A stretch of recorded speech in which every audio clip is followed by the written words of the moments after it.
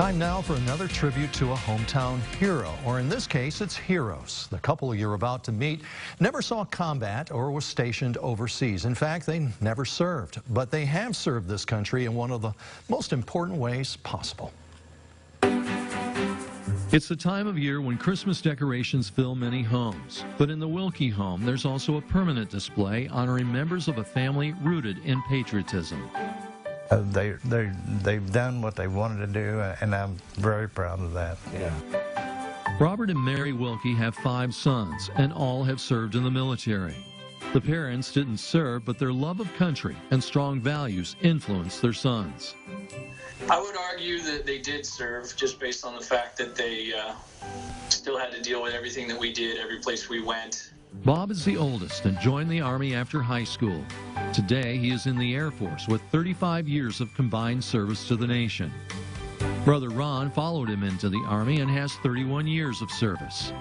Our parents, they didn't have it great, and they certainly didn't have it great as kids, but they did everything in their power to make sure that we had a better life than they did. Third son Jeremy served in the Army for 16 years, including time as a medic in Iraq. And Toby became the 4th son to enlist and served in the Army for 6 years.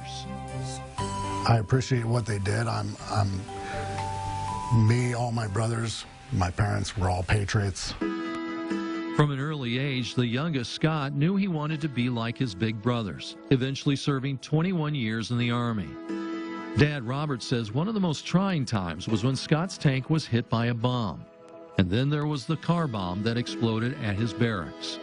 And her and I, there's late nights we stayed up just to hear what the news would say about different things. I worked a lot just to keep my mind off of it. And during that time, I had to believe that God would protect them, and we just had to continue to support them in whatever they wanted to do. And you're always going to worry, no matter who. They're your babies forever. And there, when things got tough, I always knew I could call them, talk to them, and it'd be all right. And now Scott carries on that devotion to family with his daughter Adeline, who listened to her family during this interview. I just hope that she realizes how fortunate she is to have parents that work and are devoted to their country. What do you think about what Grandma just said? I didn't hear that much of it. Yes, she's a little young to understand, but the military dedication of this family continues with 2 grandsons who answered the call to duty. And that love of country started with a mom and a dad who worked and provided for their 5 sons. And those boys, those men, are grateful. Thank you for making all of us who we are, and just thank you for all of it.